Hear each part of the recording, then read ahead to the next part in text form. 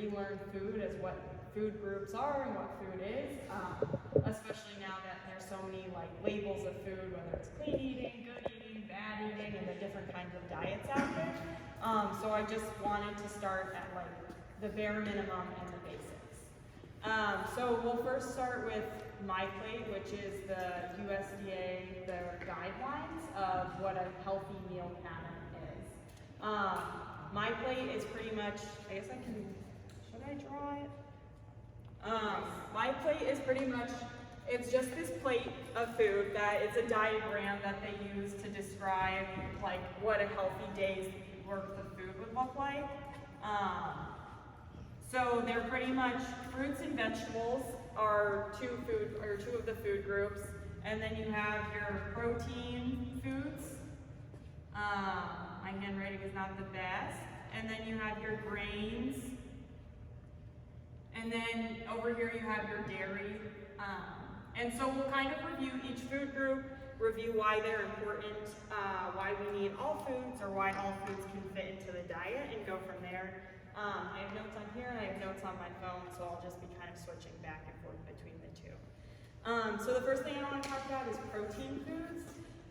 In the US especially, we're very big on our protein. I'm sure you've seen the protein supplement market absolutely explode, and everyone thinks you need so much protein. That is true and it's not true. The minimum amount of protein you need, or the average amount of protein that you would need, is actually like pretty low. They recommend that you would have about 5 to 6 ounce servings. So 1 serving of protein would be equal to like 1 egg, or 3 slices of deli meat, or just 1 ounce of meat. And on our plates of food, especially if you go out to a restaurant, you know you're getting those giant steaks and those giant meats. That's not really necessary.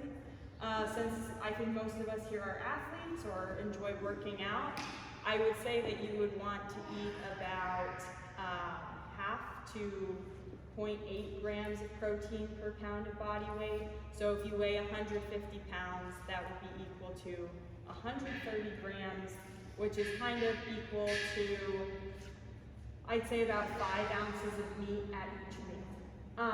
So what is protein, what does it contain, and why is it important, now that I've just thrown all these numbers at you? The point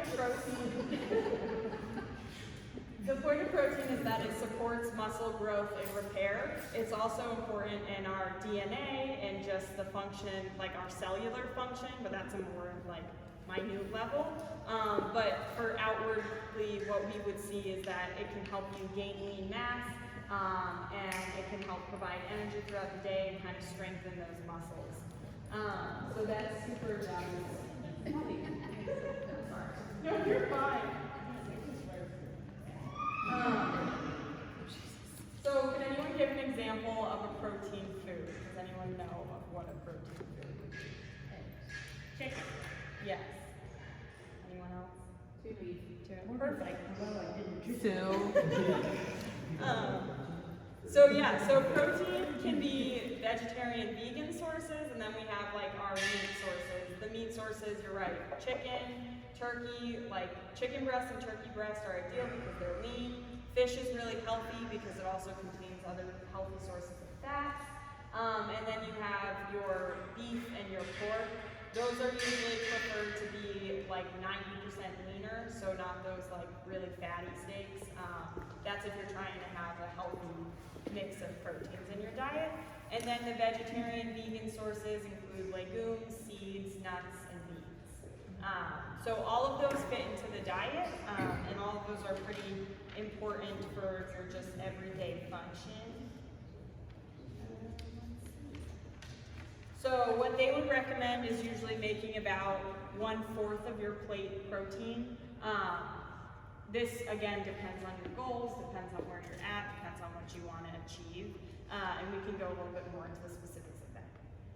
Do you want to add anything about protein? No, give me one. Okay. I'm just gonna make this bigger and black. Oh, thank you. And better handwriting. So our next food group are grains. I want to talk about grains because they've kind of been a little demonized lately. There's been a shift in theory that we should move grains. Does everyone know not, it's okay. Okay. So there's three main macronutrients, and this is what makes up our food. We have the protein, like we just talked about, and that's the macronutrient that helps you build muscle. Then we have our carbohydrates, which provide our body energy and are also super important. I'm sure you've heard a lot about low-carb diets. Have you all heard of the ketogenic diet or the keto diet? That is a high-fat diet, low-carb diet. So grains, their main macronutrient that they contain is a carbohydrate. This is just a molecule, and it's a carbohydrate, but because grains contain a lot of carbohydrates, they've recently been like pushed out of the health field, and everyone's saying, don't eat pasta, you can't eat bread, you can't eat any of this stuff. That's not true. All foods fit. So the reason why grains and carbohydrates are important are because they can provide your body energy, and they actually are what fills your muscles and provides those muscles with the fuel that they use. So we have whole grains, and then we have just kind of our simple white grains. So we have white bread, whole wheat bread, we have things like brown rice or white rice. And the difference between the whole wheat grains and the simple grains are usually the fiber content, as well as the vitamins and minerals that they contain. So fiber, what is fiber? Fiber is a bulking agent, and it helps promote like intestinal motility, and it promotes good gut health by creating a healthy microbiome in your intestine. So fiber is really important. Fiber is found in those whole wheat foods, and it's found in our fruits and our vegetables. Most of the US, the recommendation is to get 25 to 30 grams of fiber. Most of the US is eating about 10 grams of fiber a day. So we're kind of lacking in that group. So again, fiber can also, it's also important for just your heart health as well. It's been associated with lower risk of heart disease, as well as lower risk of different types of cancers. Fiber can also prevent constipation, which is super important too. So the whole grains are really healthy, and they recommend that you would make half of your grains whole. So if you're eating 8 slices of bread a day, make 4 slices a whole wheat bread. The other thing that they contain, the reason why they vary is because of how you process the wheat or you process the grain. So the simple grains are more heavily processed. So as you're processing them, you're stripping them away from their vitamins and minerals. Our food supply is fortified, so we do get those vitamins and minerals added back in, but they're not naturally occurring. So that's your grains. Typically, you would want to have it about 1/4 of your plate be filled with your grains, and usually that's like about a cup, which is like a fistful, and that's kind of the normal serving on your regular meal plate. There's something else that I wanted to say about grains that I can't remember. Oh, simple grains are not bad for you. Just because whole wheat is promoted, it doesn't mean that simple grains don't have their place in the diet. Simple grains are really good if you're about to go do a workout and you're really hungry but you don't have time to digest your food. You could easily just have like a slice of white bread or a piece of fruit. Those are simple and those are easy for the body to digest. They don't promote fullness for a long period of time, so it can just provide you the quick energy that you need before a workout. Also, if anyone has any questions throughout this, feel free to raise your hand. Do you want to add anything? What about refined? Refined, yeah. So refined carbohydrates, that's kind of like the simple carbohydrates. Refined is that process where you're stripping away everything, and it's really easy for your body to digest. This is not ideal for like if you're really trying for weight loss, because the body goes through this energy really quickly, and so it doesn't really promote any type of fullness. But refined carbohydrates can have their place in the diet if you need that quick energy. Or refined carbohydrates are things like you would find in like cakes and desserts.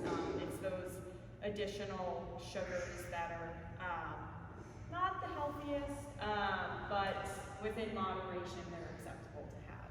If you I always think it's a good differentiation to point out, right? Like I think a lot of times we think of bread as bad, as she has just mentioned, bread is not necessarily bad. But then there's refined carbohydrates that a lot of us overconsume because they're delicious, right? Doesn't mean that it doesn't have the place in your diet, but in moderation is important, as she said. And, you know, we don't have to restrict ourselves from it, but it doesn't necessarily also provide our bodies with the quality ingredients we need to fuel properly. Yeah, exactly. Thank you. Anybody have any questions about carbs? Can I have some more? Can I have some more? Yeah. Can I have some more, please? You're probably gonna talk about that. Yeah, I will. Okay. Yeah. I'll say that one. Yeah. Okay, so now we'll move on to fruits and veggies. These are my favorite. So fruits and veggies in general are recommended to build up half of your plate. The beautiful thing about vegetables is they're very low in calories and they're large in volume. They contain a lot of water, they contain a lot of fiber, so they're very filling. If you're to eat 100 calories in vegetables versus 100 calories in a cookie, you're probably gonna have one cookie and that's 100 calories, and you're gonna have to have probably 2 cups of broccoli for 100 calories. So it's like a lot of food versus a little bit of food. So in weight loss, it's really important to eat those vegetables. Vegetables contain the fiber as well. It's a slightly different type of fiber than you would find in your grains, but it's still just as important. They also contain a lot of vitamins and minerals and phytochemicals, which are all really important for your general health.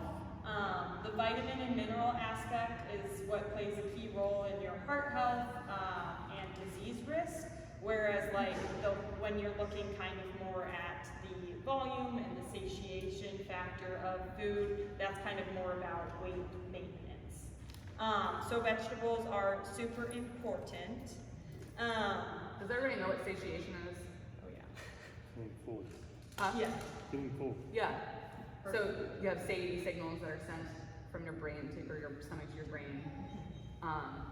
So when she talks about if you're really hungry and you're dieting or weight loss is your goal, eating a lot of vegetables will help keep you fuller longer than eating that one cookie. Yeah. Eating that one cookie is going to make you want more, one because of the sugar, but it's also going to make you hungry 15, 20 minutes later, whereas that broccoli, the 2 cups of broccoli are going to keep you full longer. Yeah. So actually with the refined sugars and stuff, interestingly enough, the way it impacts your brain is it releases these endorphins or these happy feelings that make you just want more and more.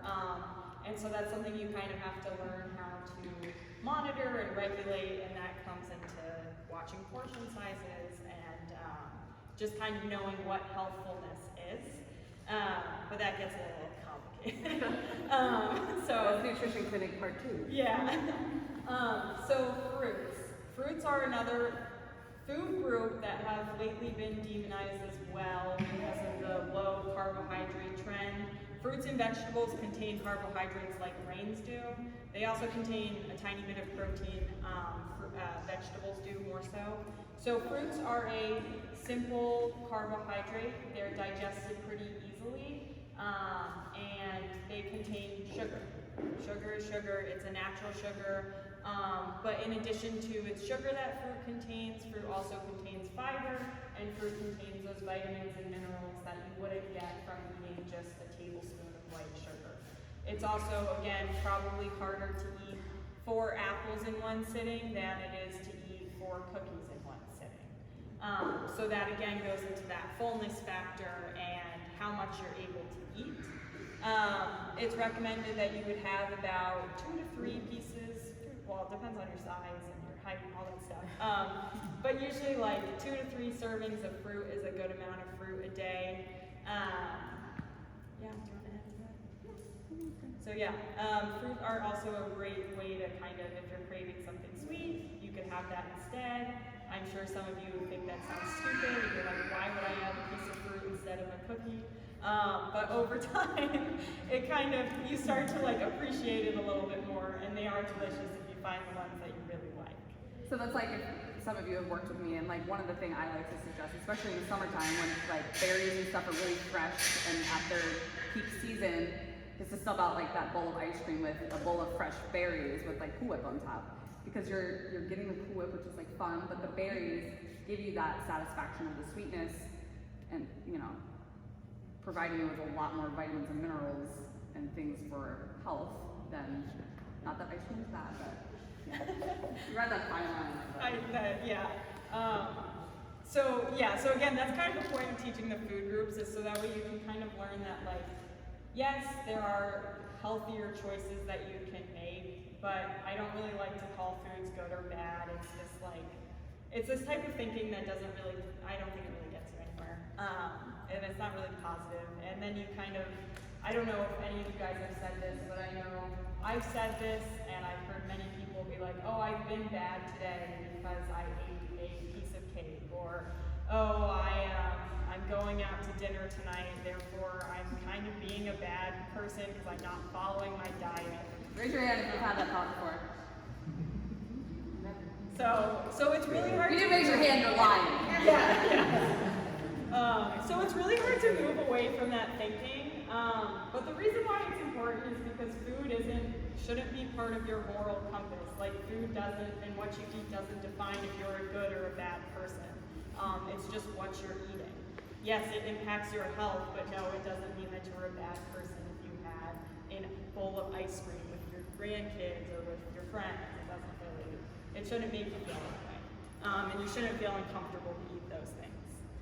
Okay, so dairy is the last food group that we're gonna go over.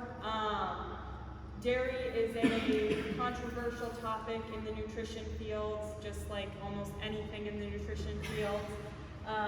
Nutrition research itself is kind of dodgy. It's really hard to perform it in a completely isolated environment. So because of that, we have a lot of different information, and that's why there's so many different diets, so many different things. Dairy is one of those contentious points. I will say what the USDA recommends. The USDA recommends about 3 cups of dairy that can be had in the form of cheese, milk, yogurt. Those are all your dairy foods. And we usually recommend low-fat to non-fat dairy, just because we're going to get into this part next. Dairy is high, or full-fat dairy is high in a certain type of fat that you don't really want too much of. Dairy is good because it has calcium and it's fortified with vitamin D, and that's what builds those healthy bones. So that's dairy. Do you have anything on that? Okay, so now we're going to talk about, we kind of talked about, so in the protein food group, it's mostly made up of the protein macronutrient. The grain food group is made up of those carbohydrate macronutrients. Same with the fruits and veggies.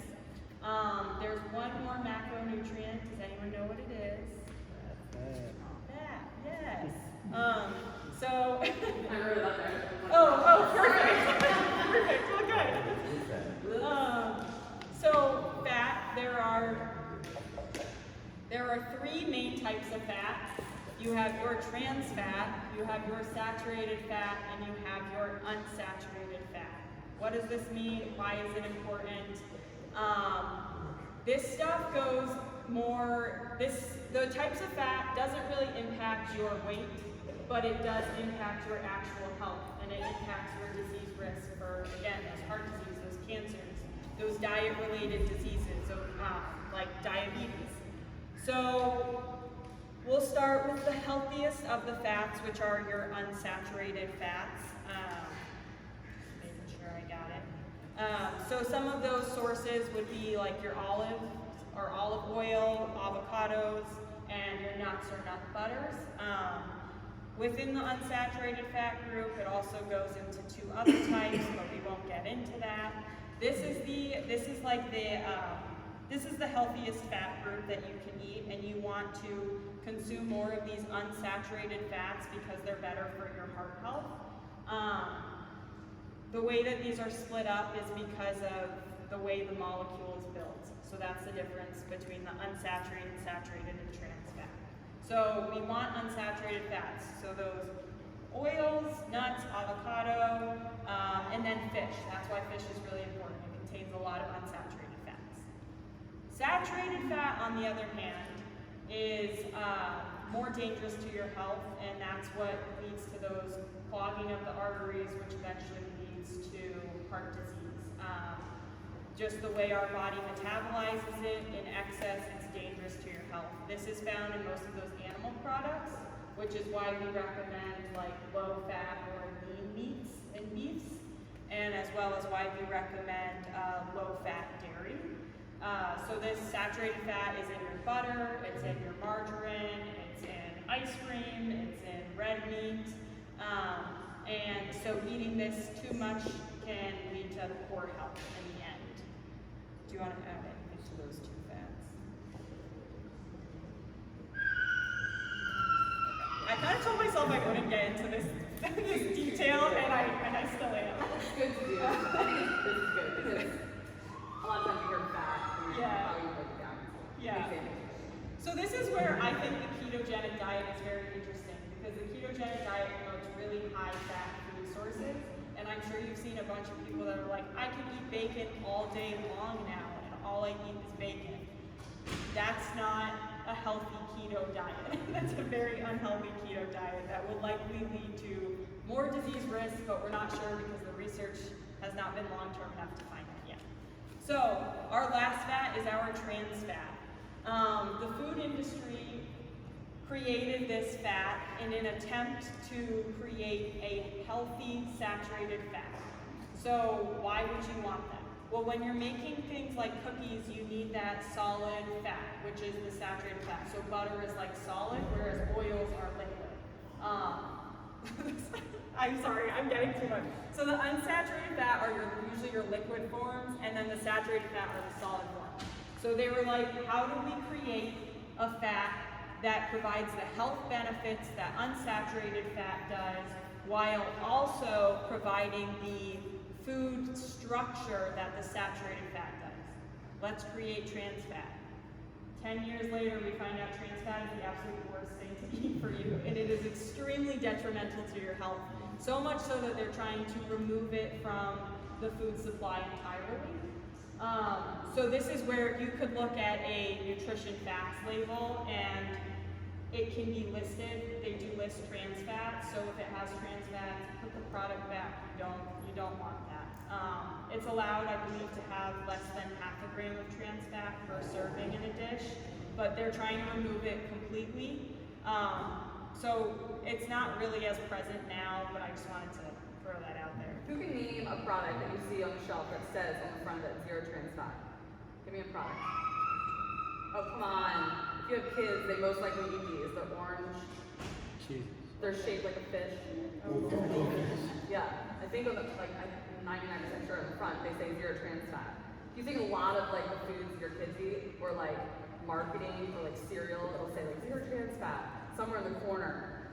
Like next time you're in the grocery store this weekend, like look, That's a good point. you're gonna become a lot more aware. Just sitting here, your awareness to what is going in your body is gonna be increased. Yeah. Start picking up and reading labels. And a lot of times, a big advertising thing that a lot of these like processed snacks will say zero trans fat in front of it. Yeah, so you won't find trans fat in any naturally occurring food item, like any of the grains, the fruits, the veggies, the proteins, but you will find it in your packaged foods. So she's right, they do label that. I never know if it's because they think people know what trans fat is and they know it's unhealthy, or if it's because it gives them an excuse to put basically zero fat on their advertising, and you're like, oh, no fat in this, even though that's not necessarily true.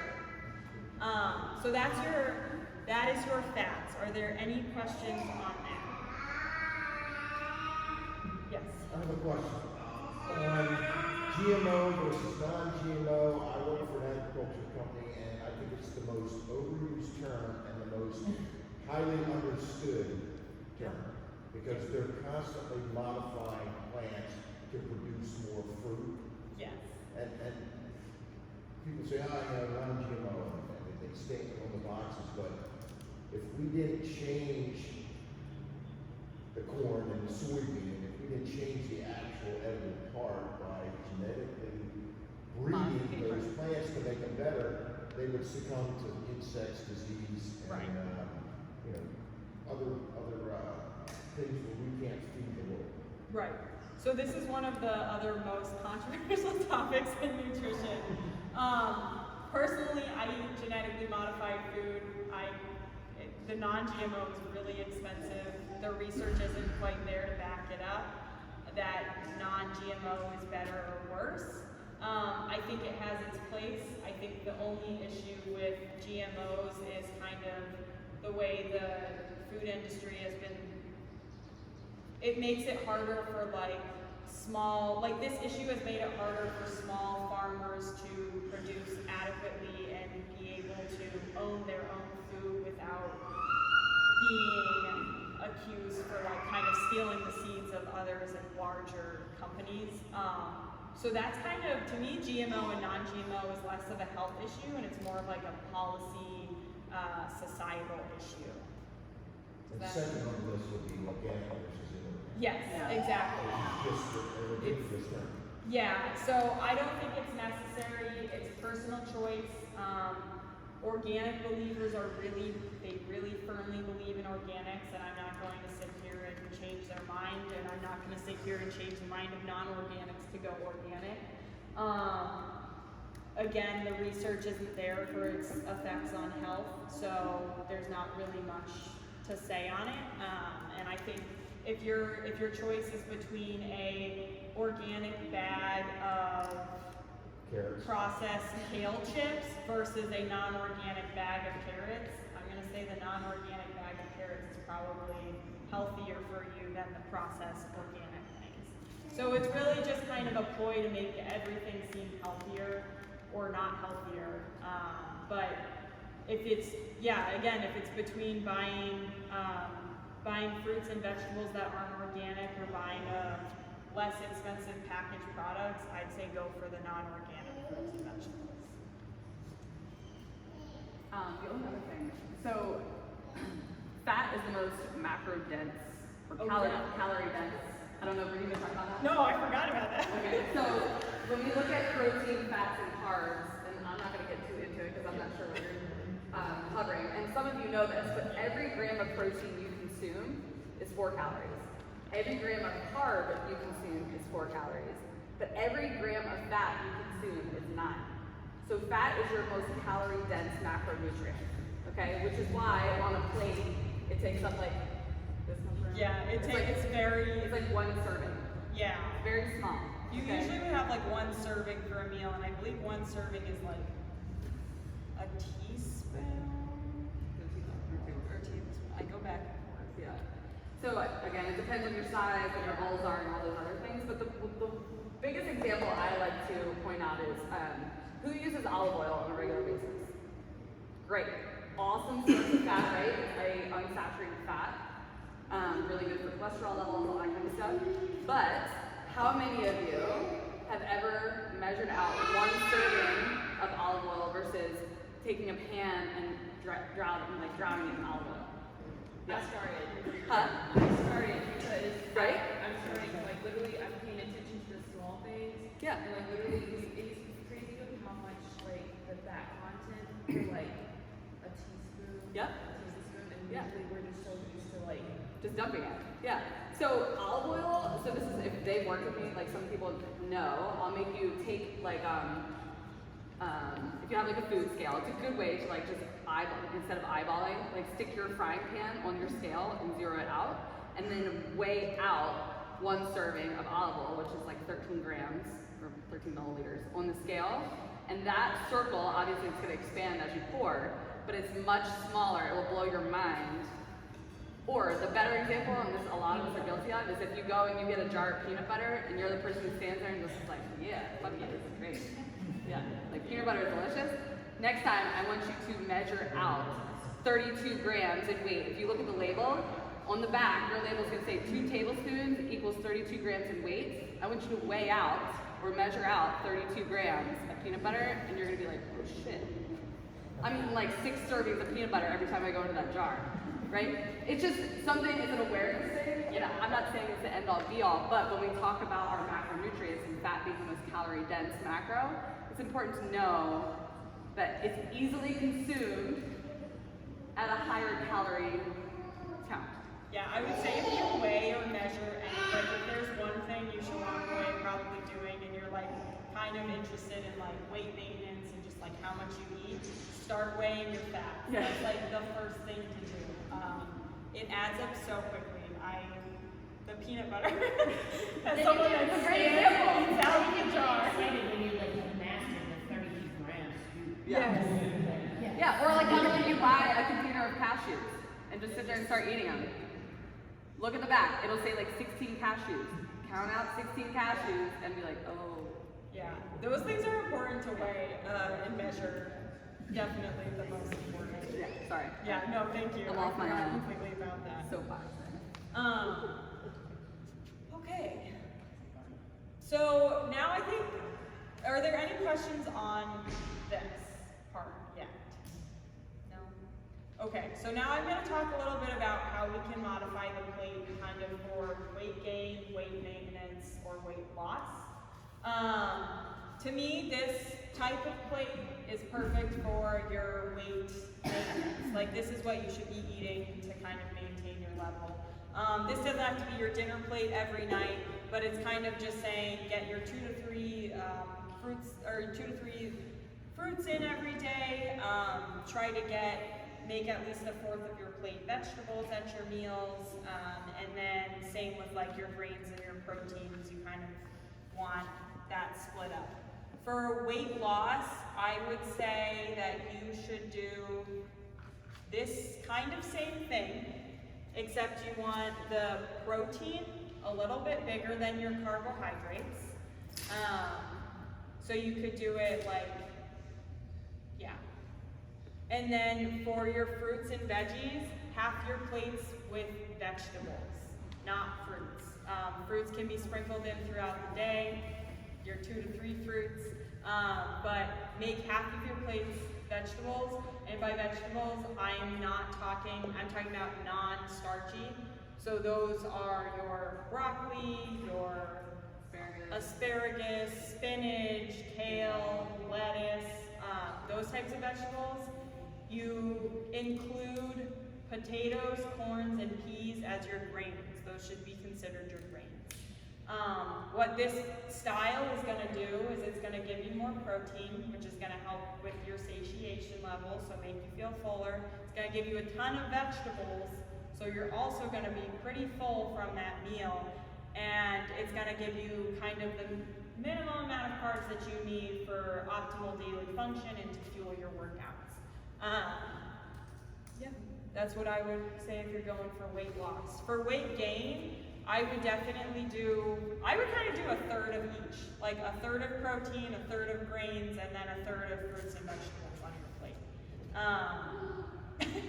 tried. Yeah, that's close enough.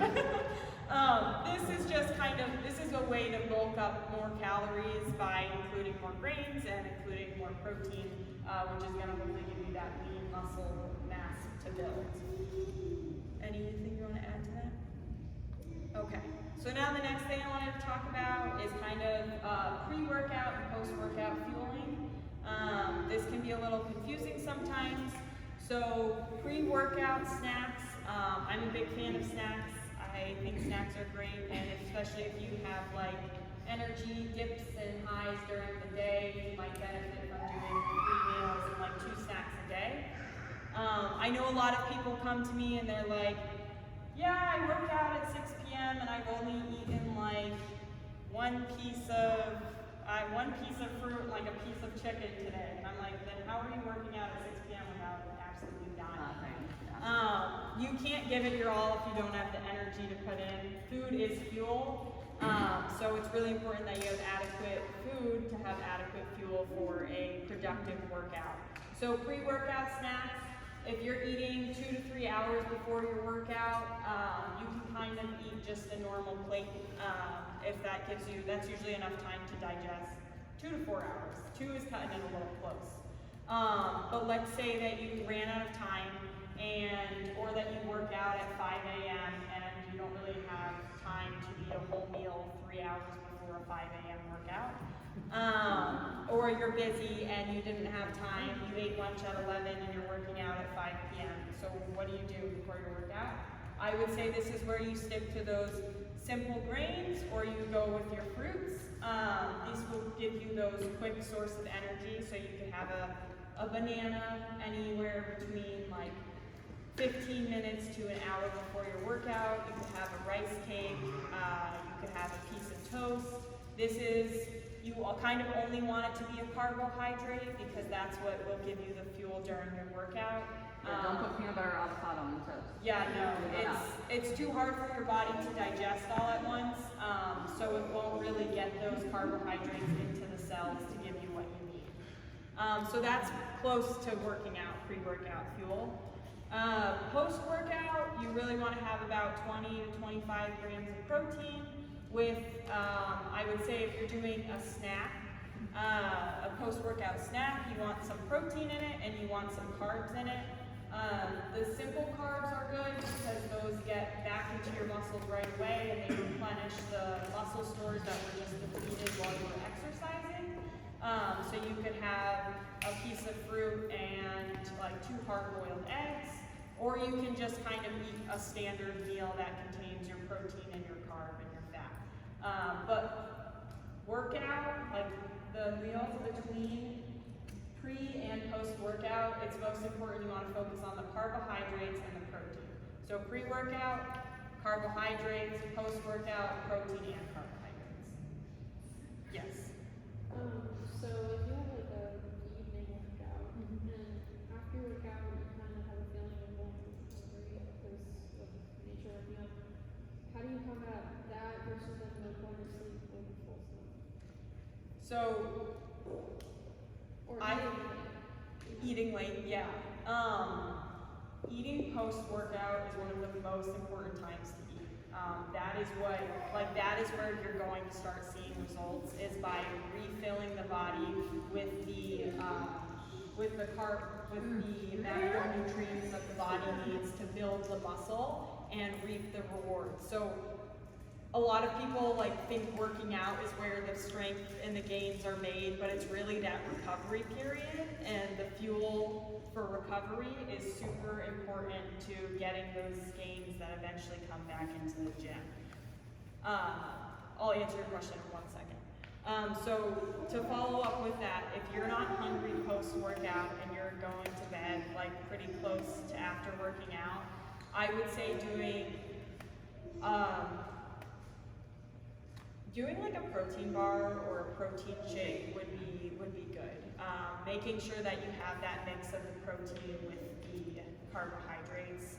So you could do like half to a full banana with a scoop of protein powder, or some Greek yogurt and berries, or Greek yogurt and granola. That type of meal probably won't make you so full to where you're going to bed super full, but will be enough to kind of give your body the fuel you need to repair itself. Does that make sense? Yeah. I wanted to ask, I've been hearing a lot of things about like this window when you should be getting your protein in. Does it actually matter? Like, does it, like, you're telling me I have to literally get the protein in within 20 minutes of that time? You know, like, is that actually true, or is that a myth? Because So nutrient timing is both a myth and truth. Like, it comes from a place of truth, but for the average person who's not competing in the Olympics or like doing high level competitions, it's not as critical to get it within that like 20-minute window. I would say eating between 30 and 60 minutes after your workout would be ideal. That would be most important.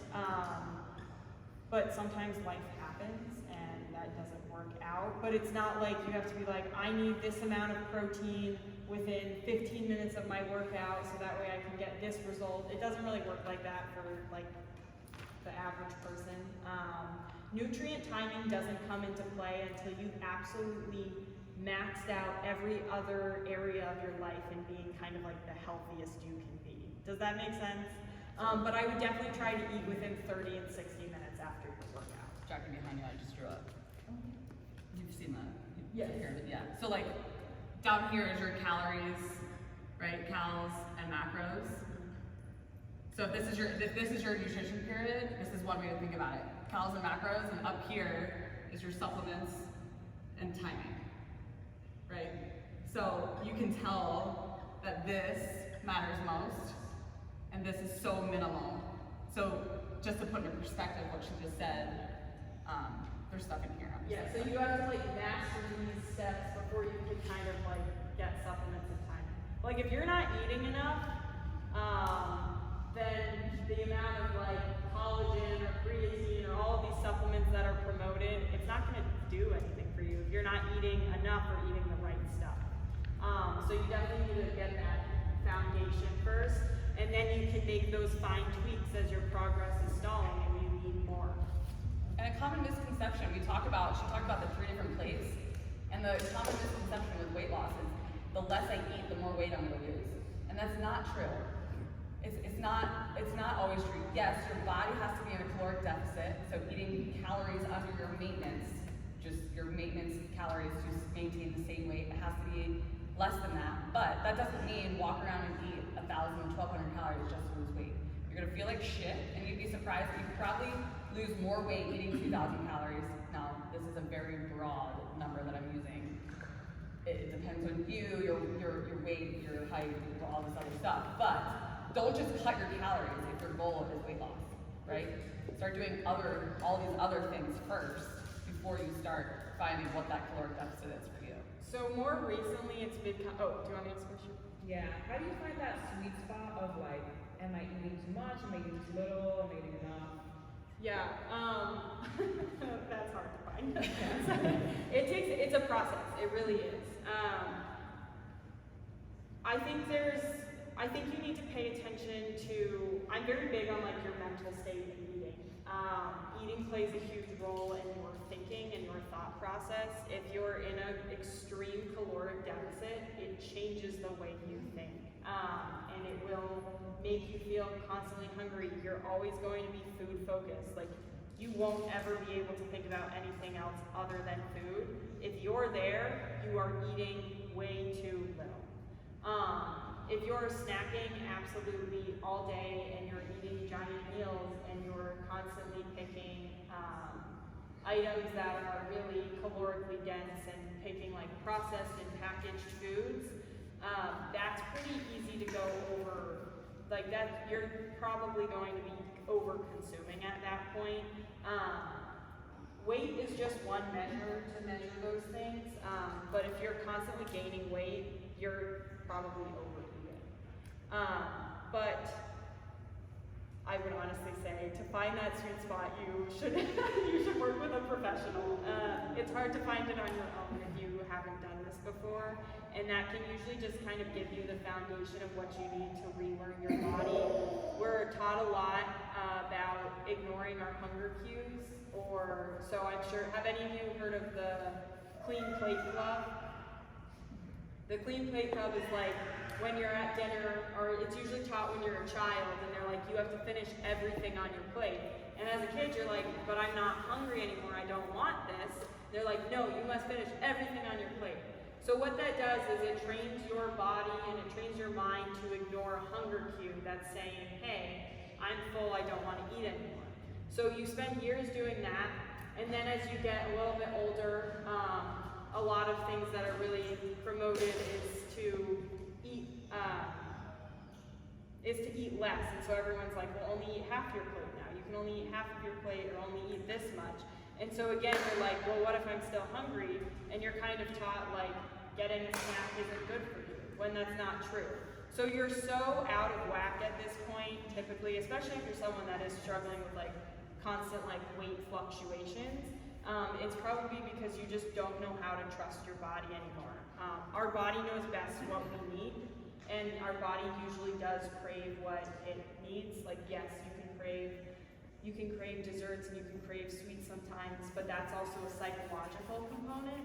But on average, like you're going to want to fuel your body properly, and your body is going to be sending you those signals. It's just a matter of understanding these signals. So I'll go into, I like to call it the hunger scale. If you go from like 1 to 10, 10 being like extremely full and 1 being absolutely starving and like you feel like you're gonna pass out, you usually after a meal, you should be around like 6 or 7. So you're full enough to where you've eaten to the point to where you're no longer hungry, but you haven't eaten to the point to where you're like overstuffed at like Thanksgiving dinner and you don't want to move. So around that six to 8 mark, I would say, you're like eaten just to where you're no longer hungry.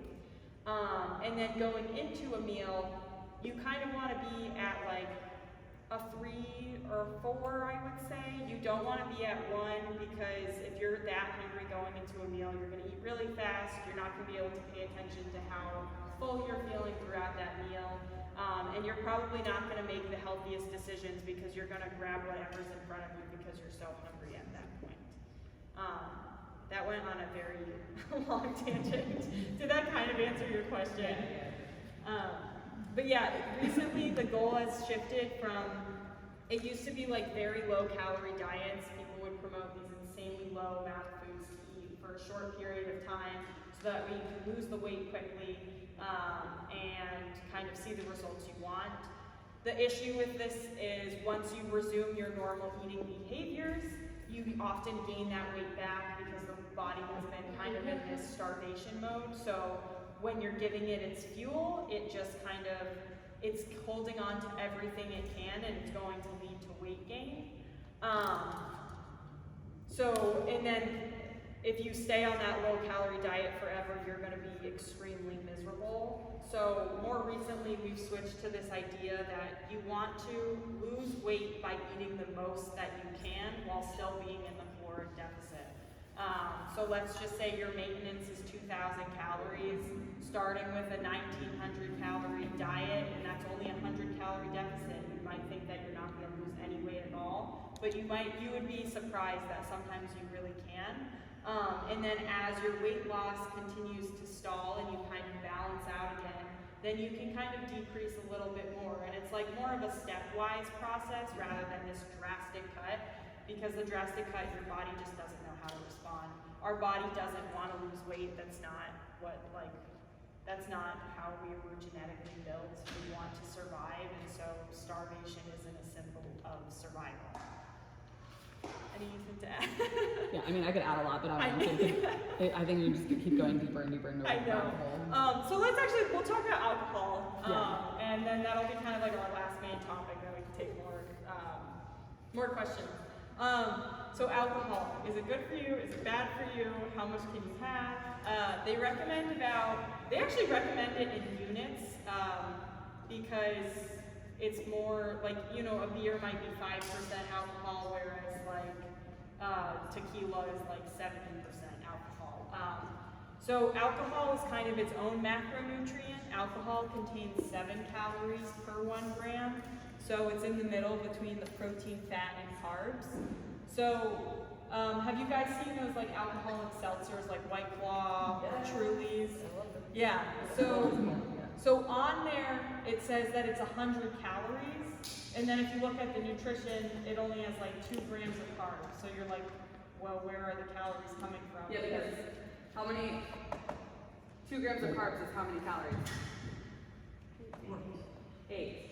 Yeah, right, so 8 calories. So where are the 92 coming from? That's coming from the alcohol itself. Alcohol metabolism is actually very fascinating. Your whole body kind of shuts down because alcohol is a toxin, so it's trying to get this toxin out. So it kind of stops all other metabolic processes. Yeah. What's so funny? Like, oh, sorry. It is bullshit. So that's Told them why. the truth, so they're all confused now.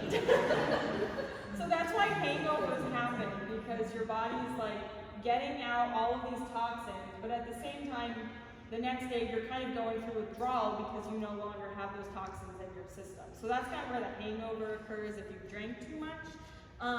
But so alcohol, it can be included in a healthy diet. I would say no more than like 2 drinks a week, which might be very low to some. But I think it's more important than like keeping that limit and more just knowing why it stalls progress.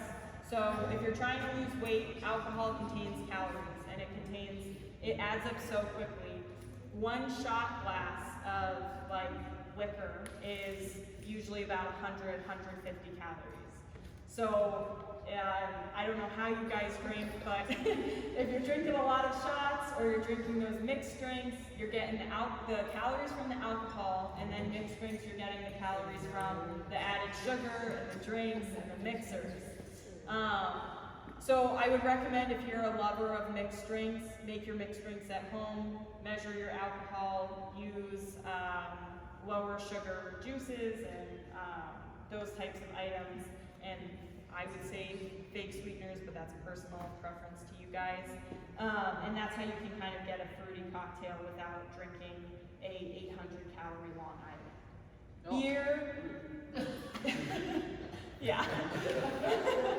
Beer is a killer because beer contains, not a killer, but a weight loss killer, because it contains a lot of carbs in addition to the alcohol it contains, especially if you're someone that likes those really heavy dark beers like stouts. The way it's processed, it just contains a lot of extra carbohydrates. So if you're someone that you want to lose weight and you're drinking 4 beers a day, if you cut back to like 4 beers a week or maybe just 1 beer a day, you would be amazed at how quickly some of the weight might fall off. Additionally, with alcohol, maybe last thing I'll say on it, our portion sizes of alcohol is completely out of whack. Like, if you get a wine glass out at a restaurant, you're probably getting 5 ounces, which is a serving. But if you're pouring yourself, or if you're drinking out of the bottle, it doesn't matter.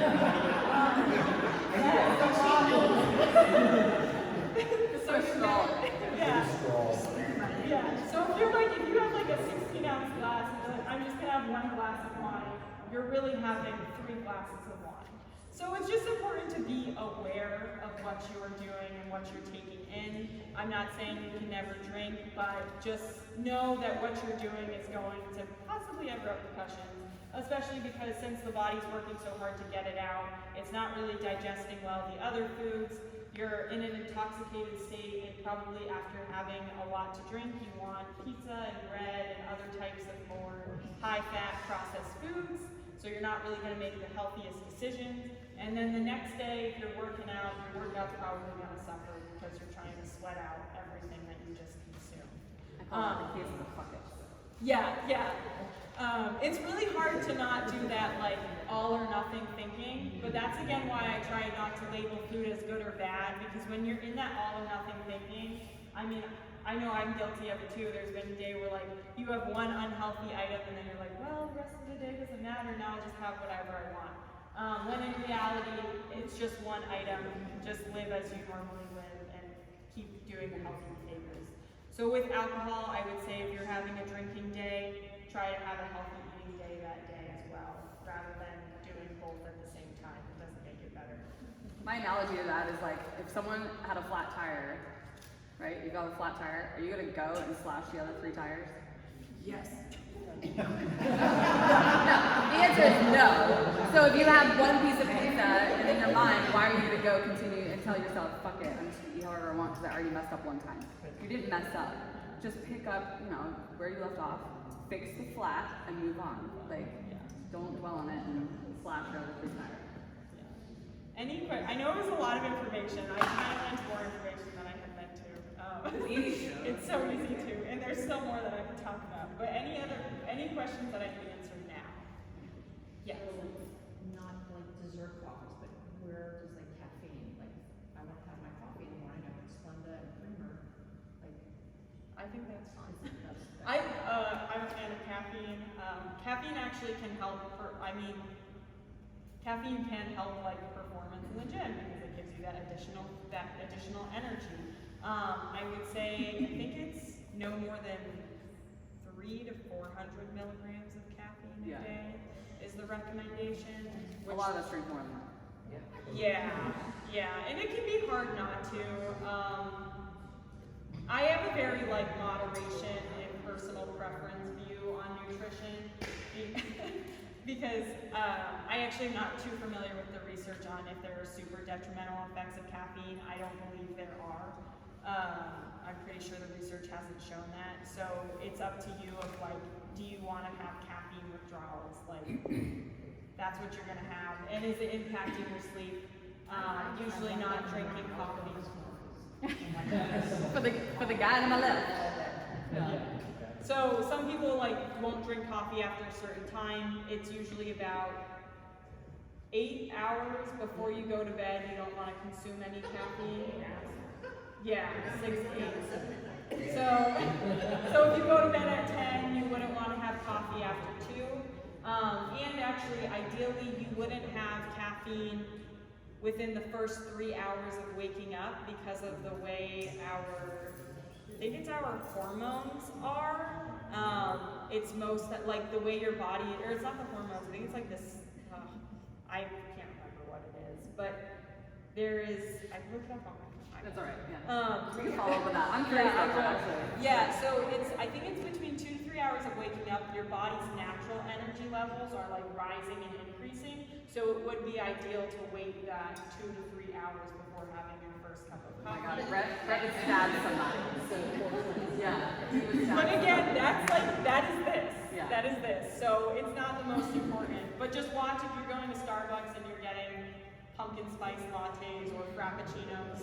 Those contain a lot of sugar and calories. So definitely if that's like your daily treat, you might want to reevaluate that. Paul has a question. I'm not a big fan of weighing my food and tracking and logging. It's just my wife does it. I just take a headache watching me. And I love food a lot, but I just generally go by like handfuls of carb, Yeah. vegetable, and protein. Great. And I guess that's a good gauge to go.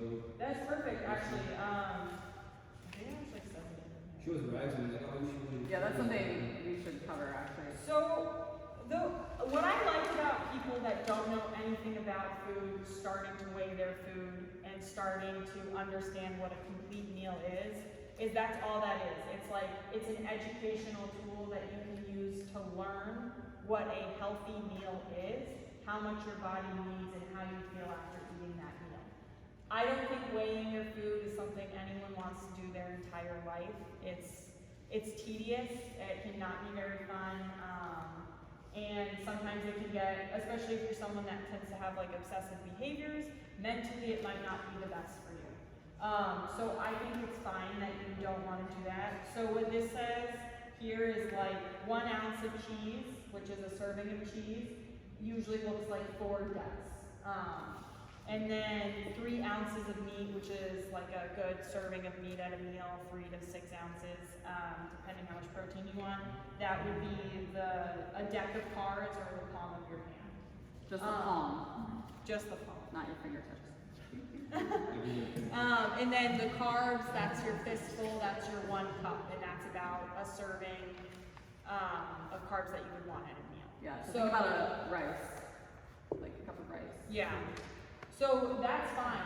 And if, let's say you're like, am I eating the right things, and you just want to measure out 1 time at 1 meal what you typically eat, you'll be able to see it and you'll be able to adjust from there. I don't think tracking food is the way for everyone. It's definitely not, especially if you have a history of eating issues, or sometimes you just don't have time for it. There are other methods that you can use. Does that answer your question? Yeah, that's perfect. But that's perfect, yeah, using those visuals of like, this is usually a serving. But sometimes like, the way portion sizes have grown in the US, we kind of don't know what a normal serving is. Like Supersize Me, and they're selling those giant things of fries, that's probably like 6 servings of fries in 1.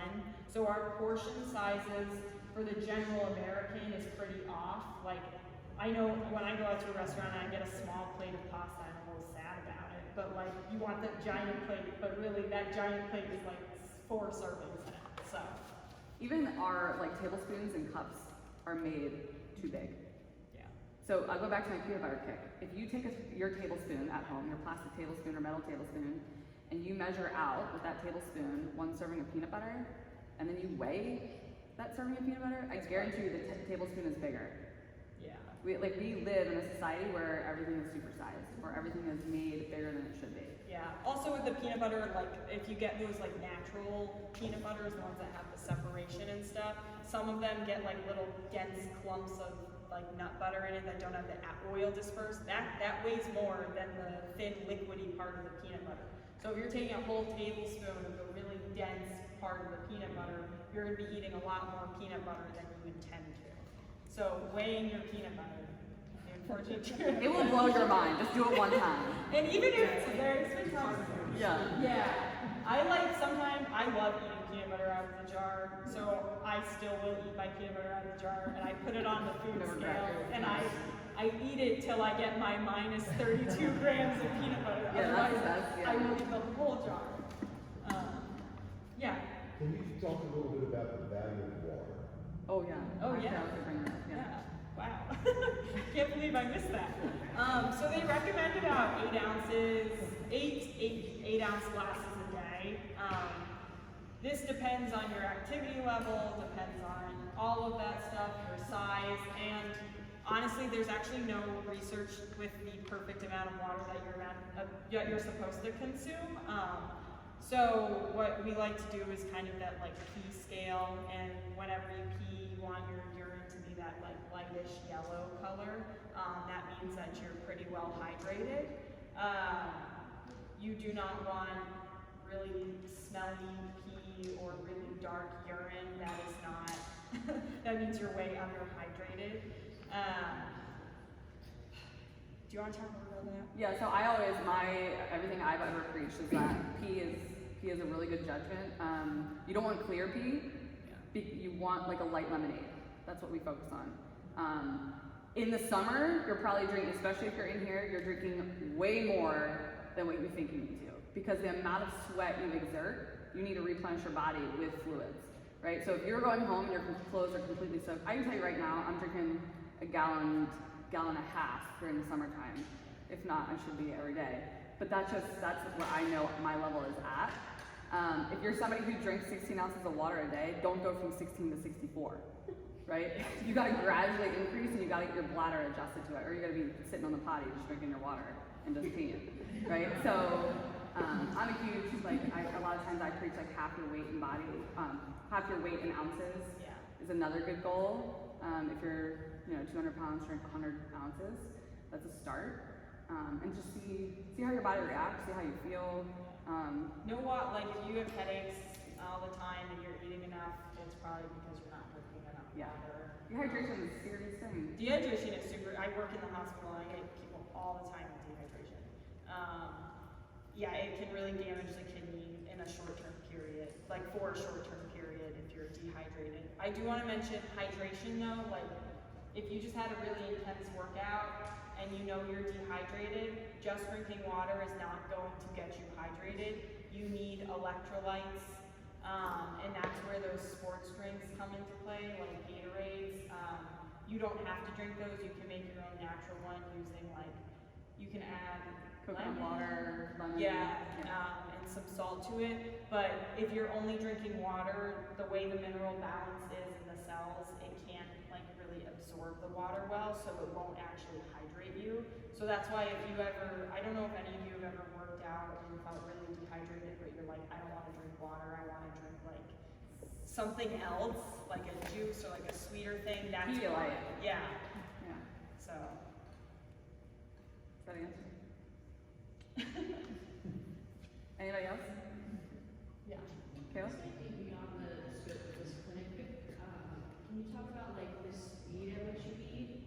Because I know personally I'm a really fast eater. I don't know. A lot of people always tell me oh, you're not gonna know how full you are if you eat too fast.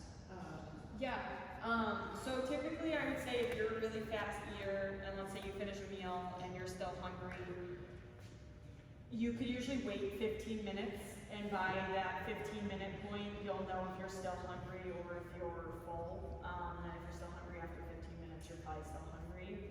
Speed, I would say, it varies person to person, but usually 20 to 30 minutes to finish a meal would be a good amount of time. So not 5 minutes. No. Not So it goes back to those signals, right? Yeah. Your satiety signals, your stomach needs time to catch up to tell your brain that you're not hungry anymore. Yeah. And the other thing is if you're just putting food in your mouth and swallowing it, you need to chew. The whole point of chewing is to help with digestion too. So your mouth and chewing, that time frame has a purpose. Break it down. Yeah. So definitely some tips.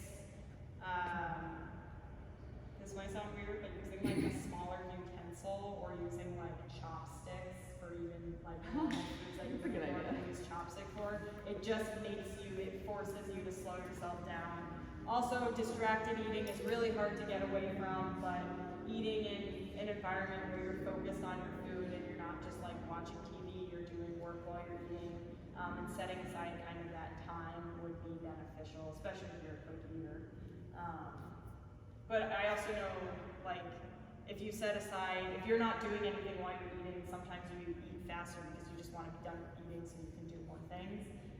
So it's kind of like personal preference, but I would say like 20 to 30 minutes for a meal would be ideal. One thing that I worked with somebody on was cut the food, put the knife down, pick up the fork, or have your fork, put the food in your mouth, put the fork down, chew the food, swallow the food, sip your water.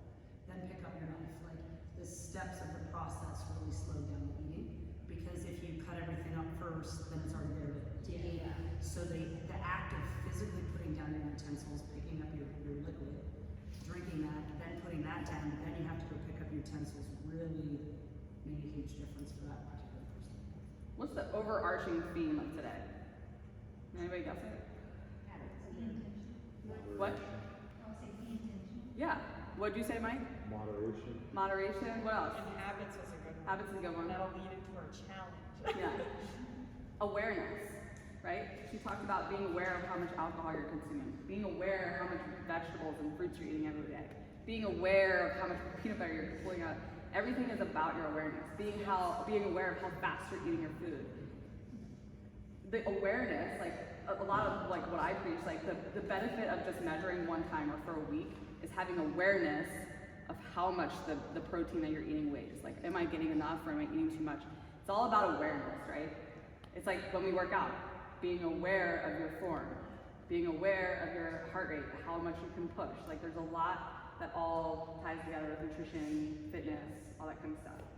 Yeah, I would say if you want to start somewhere and you don't know anything about your diet, and you're like, I don't know where to start there.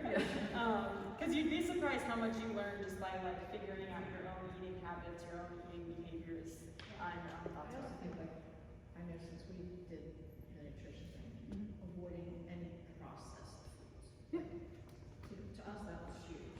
Like you're pouring like, making like, there's no veggies with the sauce. Like, no, it like, everything fresh. I mean, I'm not saying go all organic or whatever, but cutting out processed foods is Huge. Yeah, it definitely is. Yeah. I mean, you can still buy frozen vegetables. Yeah. Actually, frozen veggies have a lot. Well, that's Frozen vegetables, they're frozen at their peak time, so in theory they're They have containing more. like vitamins and minerals and eating vitamins. things for lunch. right. So much. You're not reaching for convenience. Yeah. And if you are reaching for convenience, you're reaching for like John's Fit Meals, who's taking food, cooking it for you, taking fresh foods, cooking it, and putting it in a container so that you can consume it.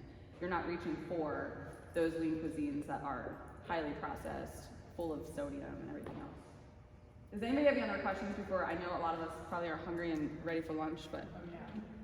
So it's like you hear 3 square meals and you see people like every 2 hours they eat, like bodybuilders and all that stuff. Everything's like bang, bang, bang, bang, bang.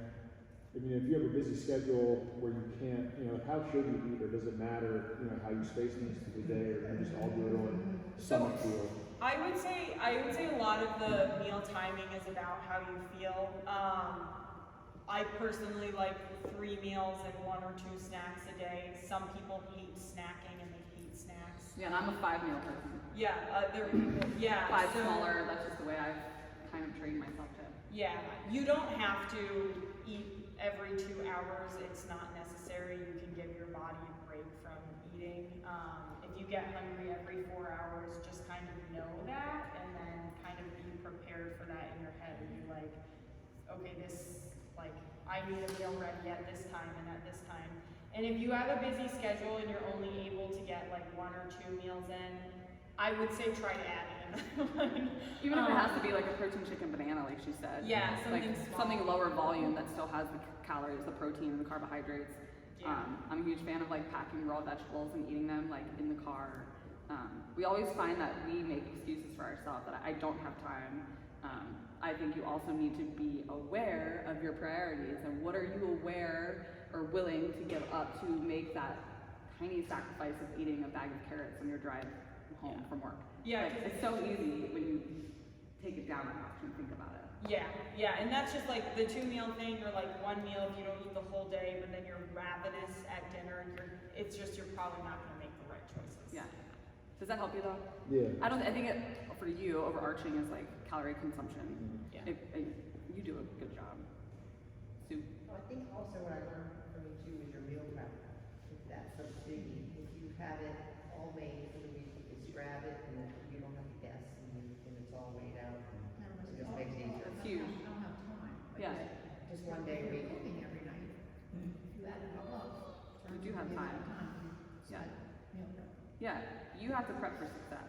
You have to set yourself up to have that convenience readily available for yourself. Yeah. If it means spending the extra money on a meal prep company to help you meet your goals, whatever that may be, do it. Like, your health is an investment. It's not an expense. Being inside of here and exercising every day, that's an investment in you, and so is your nutrition. And let me tell you, you can't come in here 6 or 7 days a week and not analyze your nutrition and see results. Your nutrition is such a big part of who we are as individuals. And Well, that's something that Fred's always told us since day one, is you can't outwork a bad diet. it's so true, though. so true. It's so true. Yeah. I'm sure everyone would love to be able to, but unfortunately can't. 800 burpees for that piece of whatever. Do you want me to go over the challenge, Brett? You have another one? Yeah, just like a general question. Yeah. Is there any verdict on like intermittent fasting? We talked like there's people who do, I eat 1 meal a day, that's like all my calories and I fast the rest of the day. That's probably My personal perspective, I'm not a fan of intermittent fasting. It really, some people say that it's like, gives your body a break from digesting, and like there are some theories on why it would be beneficial, but I would say no, it's not necessary. If you do find that you lose weight on intermittent fasting and it works for you and you love it, like power to you, but it's not necessary, and I don't really think it's like a super sustainable way of eating, because what happens when you wake up and it's 8 a.m. and you're starving, but you have to wait till 3 p.m. to eat. It's just like over time, the effects of it are gonna wear off. For people, I think the people that it might benefit are if you're a nighttime eater and you're like, you love snacking at night and you cannot control your nighttime snacking, then maybe having like a cutoff time of 8 p.m. might help you. But you also should look at, why am I snacking at night? Am I snacking because I haven't eaten enough during the day and I'm starving at night? Or am I snacking at night because I'm watching TV and I'm bored? Does that help? yeah. Bernice? Kind of piggybacking off of that, is there like any truth to how late you should be eating? No, it doesn't. I was gonna bring that up. If you're not overeating how much you should be eating, the timing of which you're eating it doesn't really have an impact. Your body will digest it while it's sleeping. Rest and digest, that's what our body does. So no, it doesn't. If you're eating a bedtime snack, that's fine. You don't want to wake up in the middle of the night hungry. So if you go to bed hungry, you're probably not going to sleep very well. So. Yeah, that's a very common misconception. Yeah. Don't eat a big meal before you go to bed. Your body works hard as shit when you're sleeping. Yeah.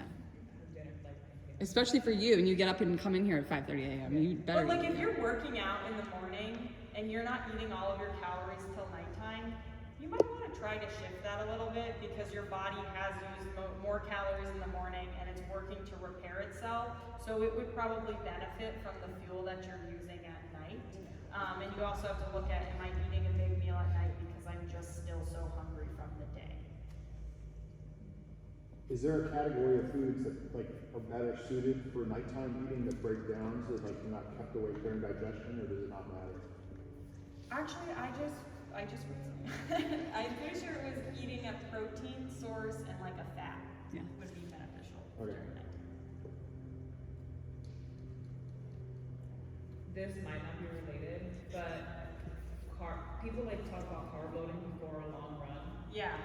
but I feel like you just digest that throughout the night. But like, is there any truth to having like all these carbs the day before you do a long run? So it does play a role. I would say it's more important for like a trained marathon runner, long run type situation. So what happens is the way your body's breaking down the carbs, it's building what we call glycogen stores, and those stores are in your muscles. So by carb loading, you're really increasing those stores in your muscles, so that way when you go on that long run, your body kind of has more to draw from.